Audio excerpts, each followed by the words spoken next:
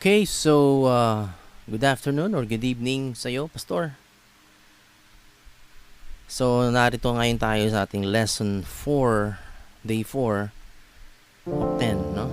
And then last time we have the key of C na binubuo ng D minor, G, E minor, A minor or A, D minor or D. Okay? Pwede natin gamitin yon and balik ulit ng G. And then A flat, B flat, and then C. Okay. So ngayon, we have another key which is in the key of D. Yan.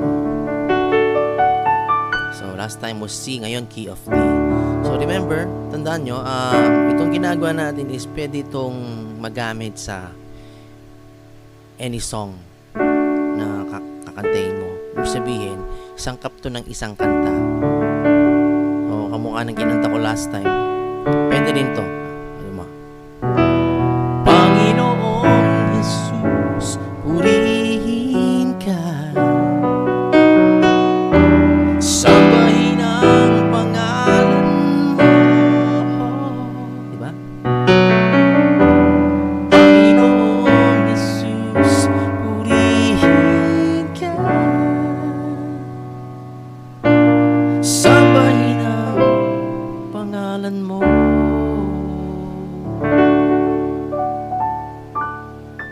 Okay, so yan yung chord na pag-aaralan natin ngayon, which is ang chord niya E minor,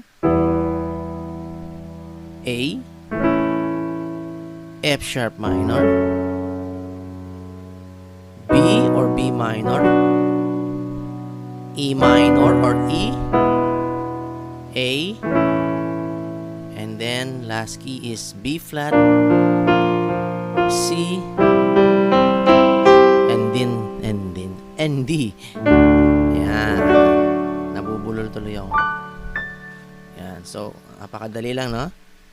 So, sa E minor, ang binubuo ng notes niya is your left hand. Left hand muna tayo. Lower E. Okay. Octave E.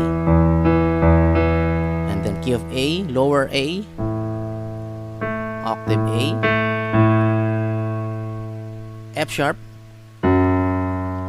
Lower F sharp. Octave F sharp. B. Lower B. Okay. Octave of B. Then balik ulit ng E. E minor yan. A. And then B flat. B flat, lower B flat. Ayan, B flat yan na ito. B flat. And then C. Sorry. Lower C.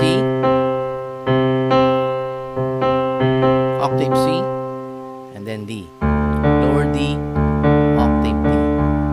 So, kung gagawin natin chords yan, E minor.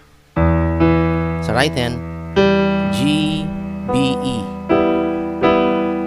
E minor. Okay? That's E minor. And then next key is A. Ayan. Diba? Sa left hand. And then right hand is A, C sharp, and E. A. Pwedeng gamitin yung huling-huli na yun, yung hindi liit. A. And then F sharp. Remember? Left hand, left hand. Sa right hand, A, C sharp, and E. Ayan, pwede mo rin gamitin yun.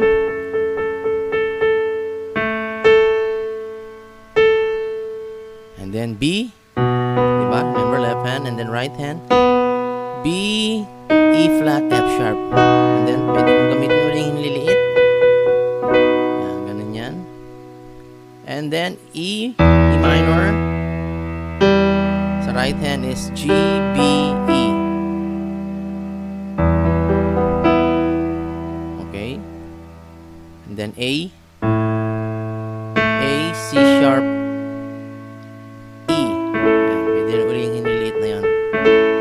then two last keys would be B flat.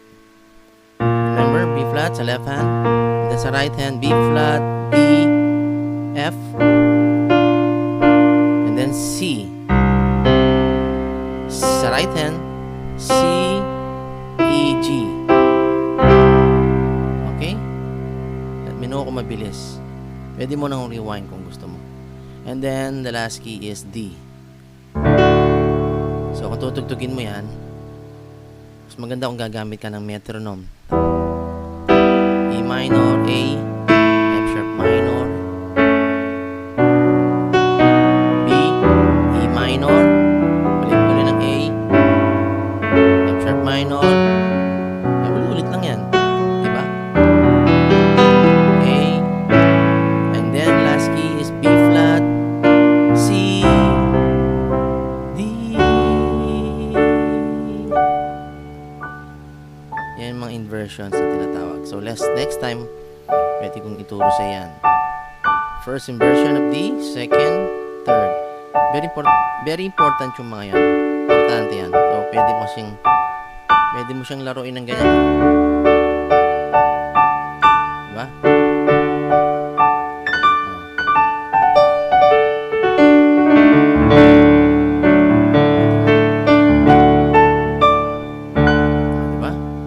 So yan, our lesson for today is the key of D. So next time would be key of E.